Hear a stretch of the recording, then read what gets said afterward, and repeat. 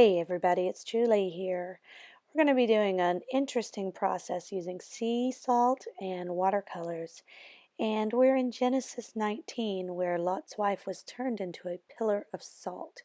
So just going to get out some of the salt. It's important that you use a very coarse salt. You can't use just regular table salt. It will not work that way. So we're going to start off by just getting our page good and wet. So I'm just giving it a bath, and that means that I'm just taking some clean water and brushing that all along the page. Where it goes down into the gutter, in the crease there, I'm just getting a paper towel. And now I'm using some watercolors. These are some tube watercolors. Reeves is the brand, and I'll be sure to link the colors. I'm using red and some orange and yellow today. These are some colors. We're going for an ombre look, just kind of the three colors blending together to give the impression of fire. And I'm not painting these colors on, I'm just kind of placing the colors on and letting the colors mix together and play together because you have the wet page, and this is watercolor, so it's a very wet brush. I'm using the Illustrated Faith brush that came with their watercolor set. It holds a lot of water. It's a very thirsty brush. So the watercolor paint and then the water interact together, and they really just play together and interact, and it's got a mind of its own. I love to see how it works. So we're giving the impression of fire here. Now I'm putting some salt onto the page, just some dripping it around, and we're going to let that sit. It's going to dry, and here we have, this is after a day of sitting. So you can see the effect. I'm just gently brushing it away with my finger because it's kind of stuck to the page. So you want to be real careful. But what happens is that salt kind of bleach the page. It's really a cool thing what happens. It's a chemical reaction, a physical reaction actually. And you can see what happens to the salt. It colors the salt. It changes the color. So you just brush all that away, and there it gives it a cool texture and a cool look to it. The reason why we did this fire effect is because Lot's wife, when she turned around to see Sodom and Gomorrah, they were told to leave the city because the city was going to burn. And so she turned around and looked. She could not just give up where she was coming from. She was too comfortable in her world. And so I really wanted to give this effect of the fire, and I wanted to remember the salt. What we're going to do here is stamp "do not" in big letters, and I'm using a Spectrum pad in some red, orange, and yellow. This is a pumpkin pie theme, is what it is. It's by Kaleidocolors. And we're stamping this across the top.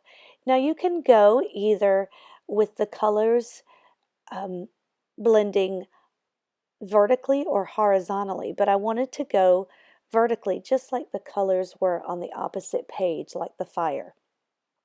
So that's the reason why I went at that angle. But you could with these Spectrum pads, you could even go diagonally. It's really cool. And when you're stamping a larger image like this, make sure that the inks are close together, are locked close together. And you'll see me in a few moments. I lock them together or I unlock them depending. You want to store them in the unlocked position so that the inks do not bleed together.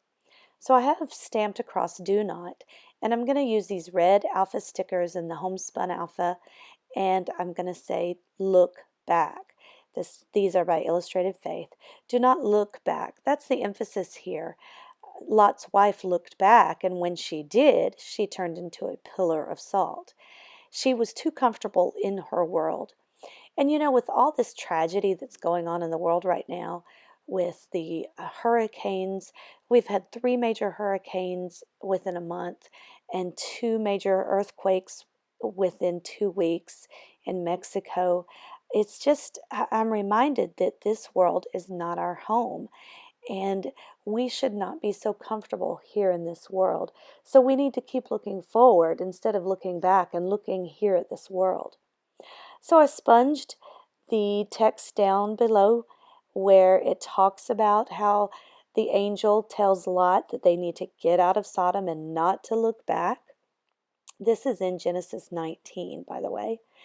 And I made an arrow out of just some yellow cardstock. And I want to give, the purpose of this is to just, it's kind of like a sign, get out. This is the way, don't look back, just look this way. So I made this arrow, I just cut it out, and I hand lettered, this world is not our home. And I am just going over that with a pen. So I'm going to place that right up underneath look back.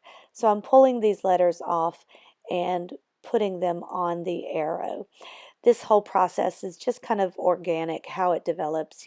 All I knew I wanted to start with was the page on the right with the watercolor and the salt. And then the rest of it has just developed. So that's why sometimes I have to pull letters off and add elements underneath. It's all a process. And that's the really cool thing about it.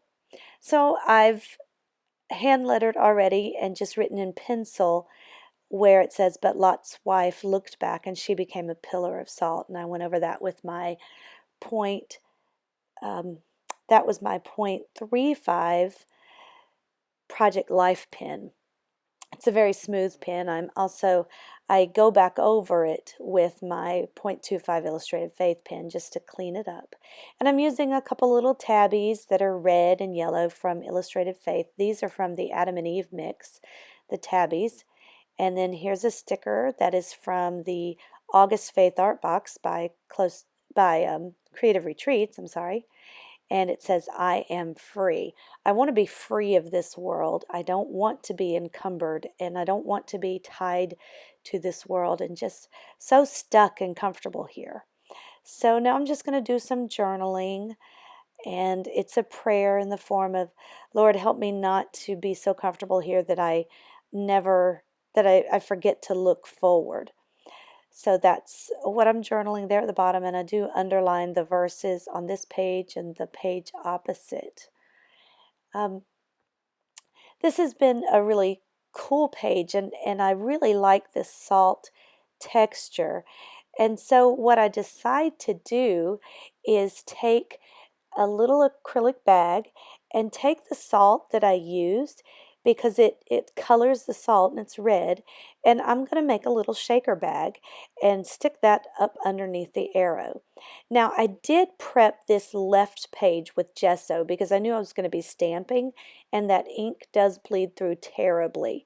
And on the back of this page is another page that I'm going to want to journal. So I went ahead and off screen, I did prep this page with some clear gesso.